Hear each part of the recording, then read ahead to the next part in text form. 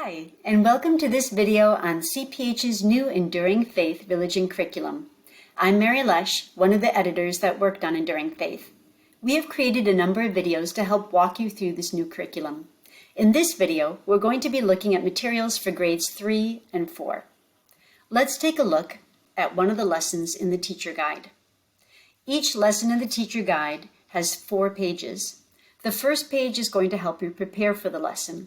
It gives you background information on the Bible text, the central and grade level truths which tell you the focus of the lesson. It'll show you which religion standards are covered in this lesson, the objectives, and the materials you'll need. The classroom devotion is going to help get your students thinking about what the point of the lesson is. In the lower grades, many of the classroom devotions are story-based.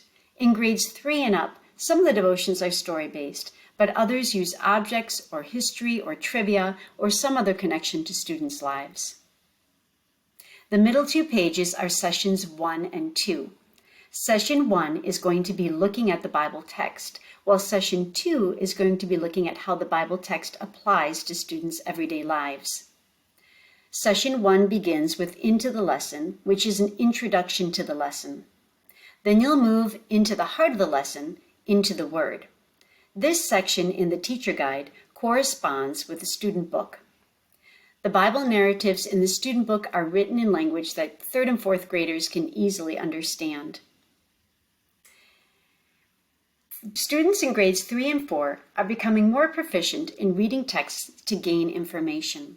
And so the second half of the student book page here is asking students to look at Bible verses and to respond to questions. The answers to the questions will be shown in the teacher guide in red. Now, you know your students best. Some of the students will have no problem at all looking up Bible books and chapters and verses, but others may need some help. If your class is all using the same Bible, you could give the students page numbers to look up the Bible verses. Or you could choose to use an online version of the Bible and project those verses onto a screen. Or you might put bookmarks into Bibles so that volunteers could look up and read the verses while the other students listen. As your students practice looking up and reading Bible verses, they're going to become more proficient in navigating God's Word. Let's take a look then at Session 2. Session 2 begins again with Into the Lesson, and this is going to be an activity that's going to help students to review the Bible account from the previous session. Then you'll move into the Into Our Lives section. The Into Our Lives section in the teacher guide again corresponds with the student book. Through discussion and activities, students will really look at how the Bible text that they just studied applies to their everyday lives.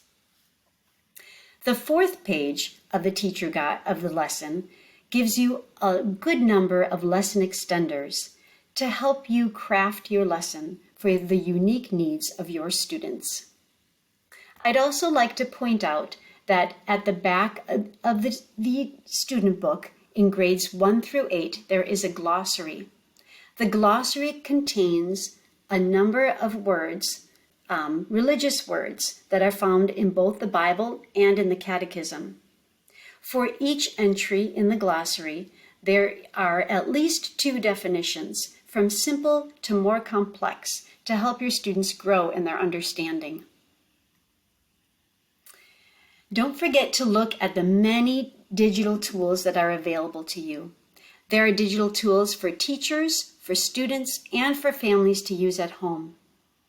Look on the CPH YouTube channel to find a couple of videos that show you how to access and to share these digital materials. Thank you so much for watching today. I am so excited for you to use this new curriculum with your students. God's blessings to you.